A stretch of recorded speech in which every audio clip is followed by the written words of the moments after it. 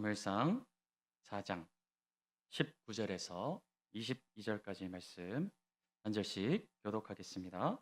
그의 며느리인 비느하스의 아내가 임신하여 해산 때가 가까웠더니 하나님의 괴를 빼앗긴 것과 그의 시아버지와 남편이 죽은 소식을 듣고 갑자기 아파서 몸을 굽으려 해산하고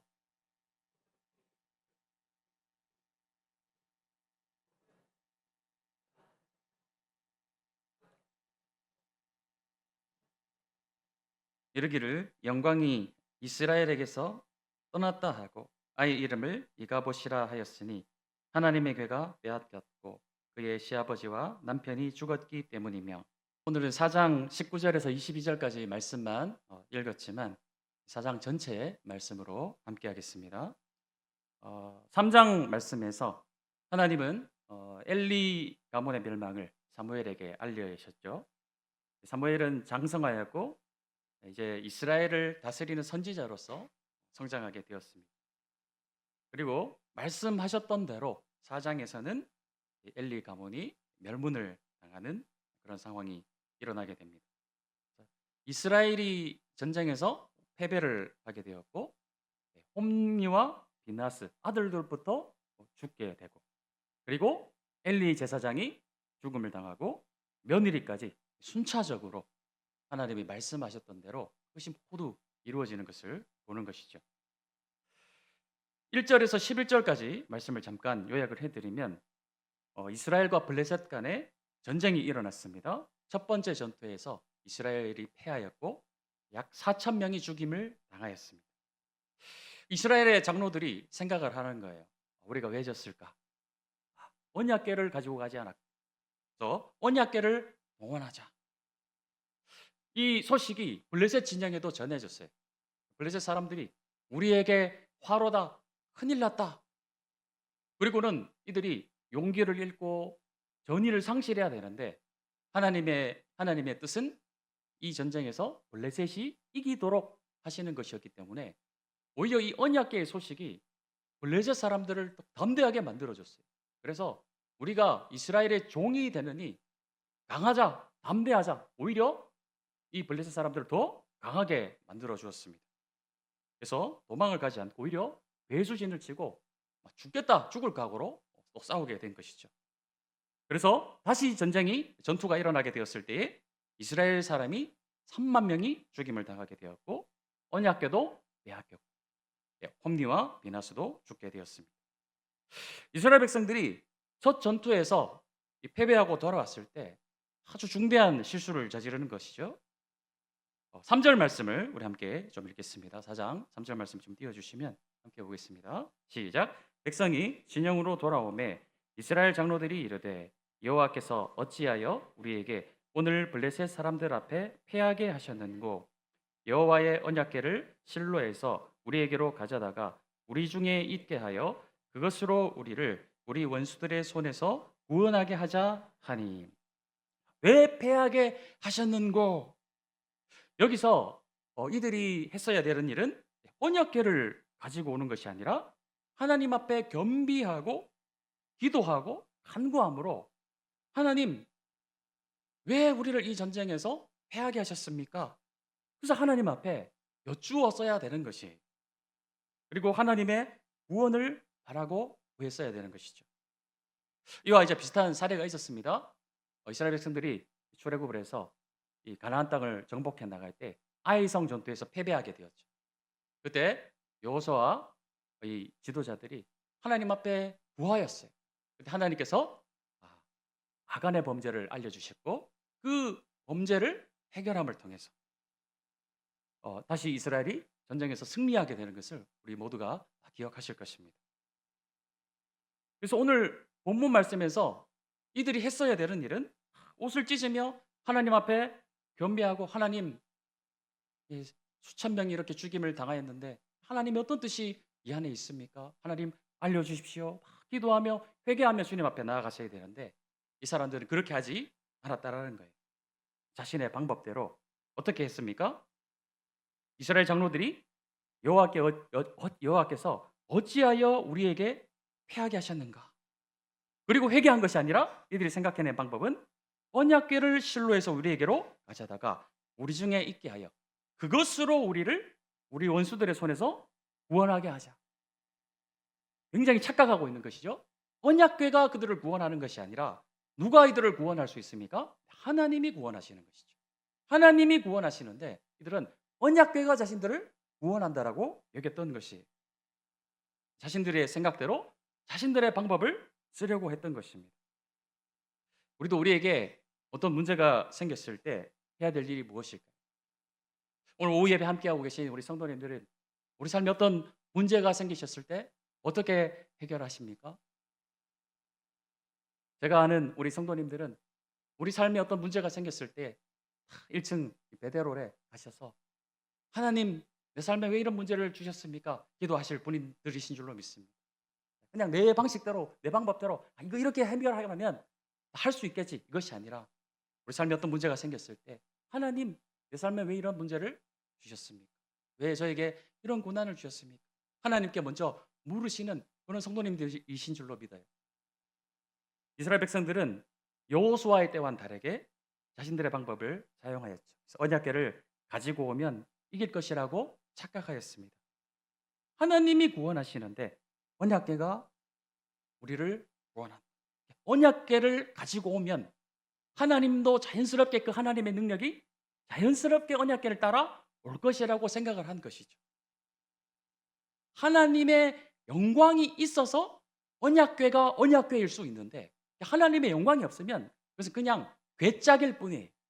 하나님이 그 언약궤 가운데 영광스럽게 임하시고 그 물건들을 거룩하게 하시니까 그것이 언약궤가 된 것이죠. 이들은 반대로 생각을 한 거예요.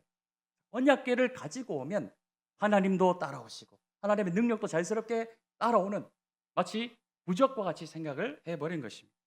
언약궤를 마치 부적처럼 사용을 하고 있는 것이죠. 예전에 제가 어릴 때 친구 집에 가보면 이런 옷장을 열면은 진짜로 그 안에 노란 종이에 이렇게 쓰여진 부적들이 막 있더라고요.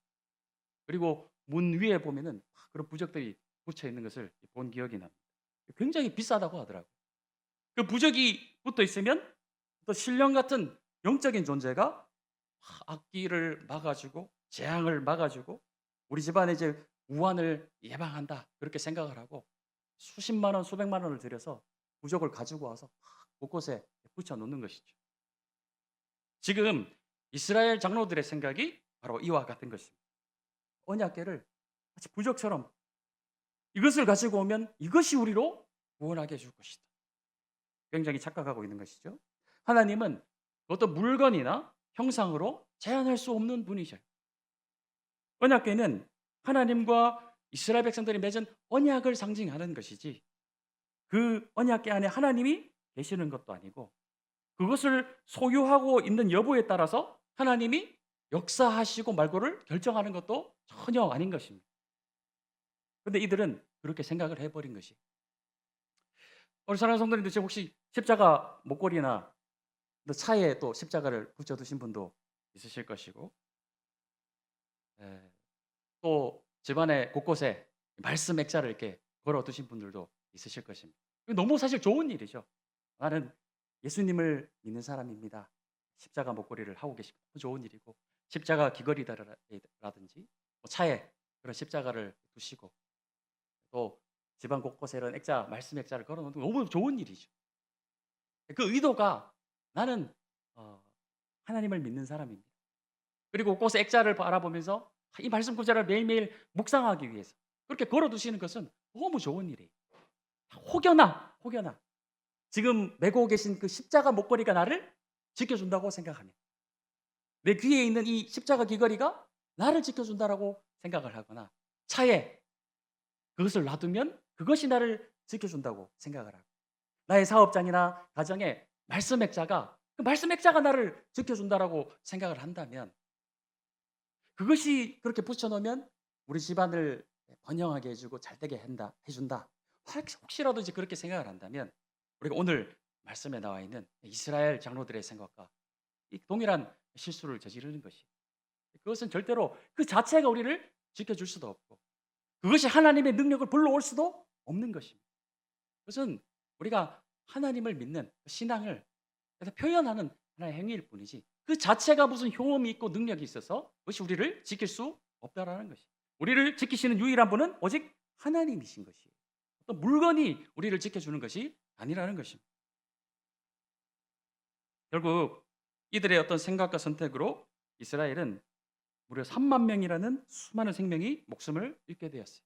이 지도자들의 한 번의 이 착각이 그들의 어떤 잘못된 생각이 더 많은 생명들이 목숨을 잃는 안타까운 결과로 이어졌다라는 것입니다. 만약 이때 여호수아가 살아 있었다면 어땠을까요? 여호수아가 우리가 지금 언약궤를 가지고 올고 이게 중요한 것이 아니라 우리가 다 같이 기도하자. 왜 하나님이 우리에게 이렇게 하셨는가? 그 하나님의 뜻을 구했다면 결과가 달라졌을 것입니다. 이 시대에 하나님이 찾으시는 사람은 어떤 사람일까요? 하나님의 뜻을 분별하고 하나님의 백성을 올바른 길로 인도하는 그 한 사람을 하나님께서 찾고 계시는 것입니다. 우리 가정이 어떤 한 사람이 세워질 때, 여호수아와 같은 한 사람이 세워질 때, 혹시나 우리 가정이 다른 잘못된 길로 가고 있을지라도 그 가정을 온전히 하나님의 길로, 하나님이 원하시는 길로 인도하는 그 한 사람. 우리 공동체에서, 나의 어떤 사업장에서, 내가 발을 디디고 있는 그 어떤 영역에서 하나님이 찾으시는 한 사람은 여호수아와 같이 하나님의 뜻을 분별하여서 자신의 공동체를 올바른 길로 인도하는 그 한 사람을 하나님께서 찾고 계시는 줄로 믿습니다. 그 한 사람이 우리 오후 예배 함께하고 있는 우리 모든 성도님들이 되시기를 예수님의 이름으로 축복합니다. 12절에서 18절 말씀을 보게 되면 이 엘리가 죽음을 맞이하게 됩니다. 패배의 소식을 어떤 베냐민 사람이 와서 엘리에게 알려주죠. 엘리는 의자에 앉아 있다가 그 소식을 듣고 뒤로 넘어져서 목이 부러져 죽었습니다. 그가 사사로 다스린 지 40년이다라고 기록을 하고 있어요. 오늘 본문의 이 모습들이 엘리의 40년의 사역의 결과인 것입니다. 사역 현장에서 열매를 보면 사역이 어떠했는가를 우리가 알 수 있는 것이죠. 엘리는 자기의 이 자녀들을 잘못 양육했고 또한 온 백성의 지도자로서 이 백성들을 이스라엘을 올바른 길로 인도하지도 못했어요. 자신이 대제사장이었으면 첫 패배 때 여호수아처럼 그렇게 모든 백성들을 겸비시키고 하나님 앞에 나아갔어야 되는데 또 그 원흉이었던 자기 아들일지라도 자신의 아들들을 치리를 했었어야 되는데 그리고 이스라엘 장로들이 언약궤를 들고 나가려고 했을 때 그것을 막았어야 했는데 아무 일도 하지 않았다는 것입니다. 그러지 못하고 그가 한 행동이 무엇입니까? 13절 말씀 한번 보겠습니다. 4장 13절 말씀 함께 읽겠습니다. 그가 이를 때는 엘리가 길 옆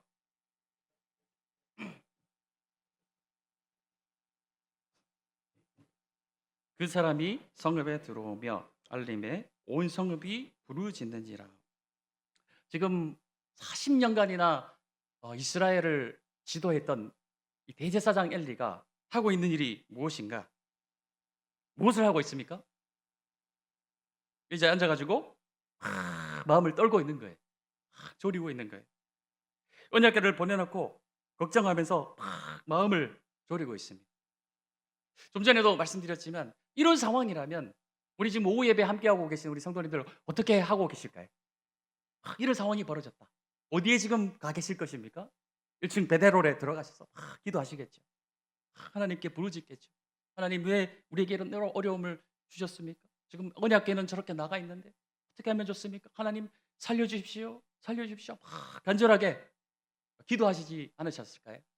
근데 지금 엘리 제사장은 막 자리에 앉아가지고 무엇을 하고 있습니까? 근데 떨고 있는 거예요. 어떡하면 좋나 어떡하면 좋나 막. 전혀 제사장으로서 어울리지 않는 그런 죽음을 맞이하는 것을 보는 것이죠. 이런 위기 상황에서의 그의 모습을 보면 그 평생의 사역이 어떠했는가를 짐작할 수 있는 것입니다.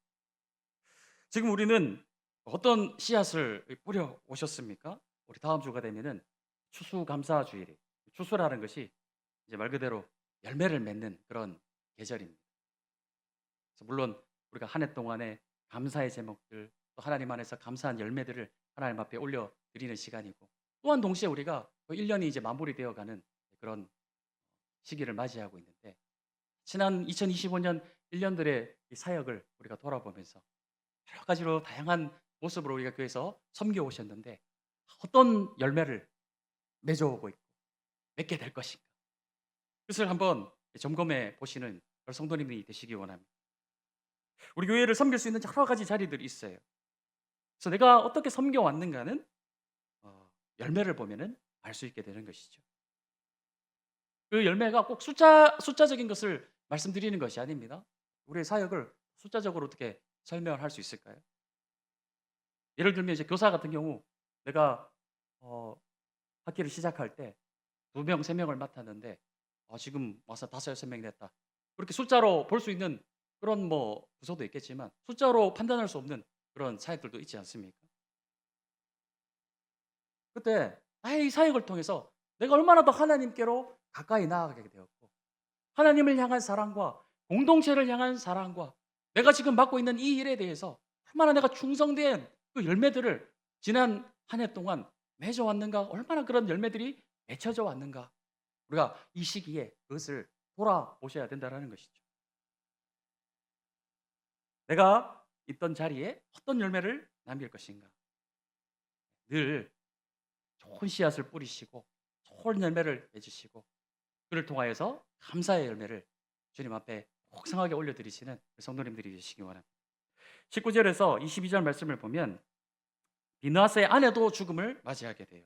21절에서 22절 말씀을 다시 한번 함께 읽겠습니다. 시작. 이르기를 영광이 이스라엘에서 떠났다 하고 아이의 이름을 이가봇이라 하였으니 하나님의 괴가 빼앗겼고 그의 시아버지와 남편이 죽었기 때문이며 또 이르기를 하나님의 괴를 빼앗겼으므로 영광이 이스라엘에서 떠났다 하였더라. 좀 요약해 드리면 이 남편과 시아버지, 시동생 이 죽음의 소식을 접한 비나스의 아내는 조산을 하고 죽어가는 그런 상황입니다. 이 아들을 낳았다는 소식은 얼마나 기쁜 소식인가요? 축복된 소식이고 감사한 이야기가 아들을 낳았다. 우리 한나의 이야기를 보았지만 아들 낳는 것이 얼마나 큰 축복입니다.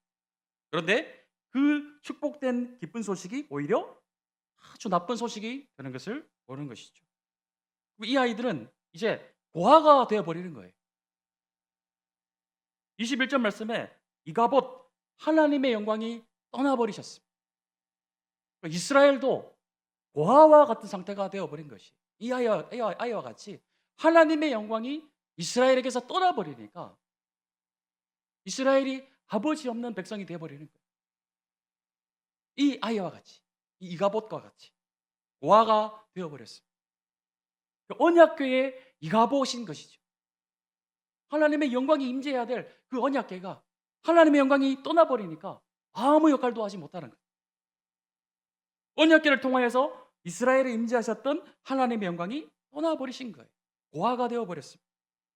이것이 바로 이스라엘의 처지인 것이죠. 하나님의 부재로 인해 오는 이 불행한 상태, 답이 없는 고아가 되어버린 거예요. 왜 이렇게 되었습니까? 결국 이 모든 것의 시작은 엘리가 자신들의 자녀들을 잘못 훈육한 데서 시작된 것이죠. 그 끝이 집안의 망함이라는 결과를 불러왔고 그것이 이가봇이라는 한 단어로 설명이 되고 있는 것입니다. 이 아이가 어떻게 되었을까요? 이가봇이라는 아이가 부모도 이제 없는 아이로 지금 되었는데 갓난 아이가 앞으로 어떻게 되었을까요? 성경에서 더 이상 말씀해주고 있지 않아요. 이 아이가 이가봇이라는 아이가 어떻게 되었는지 더 이상 기록하고 있지 않아요. 그 집안이 끝난 것이죠. 오늘 말씀에서 우리들은 다시 한번 이 죄의 삭은 사망이다라는 것을 보게 됩니다. 죄의 문제를 발견했을 때 즉시로 그 죄의 악함을 제거하지 못했을 때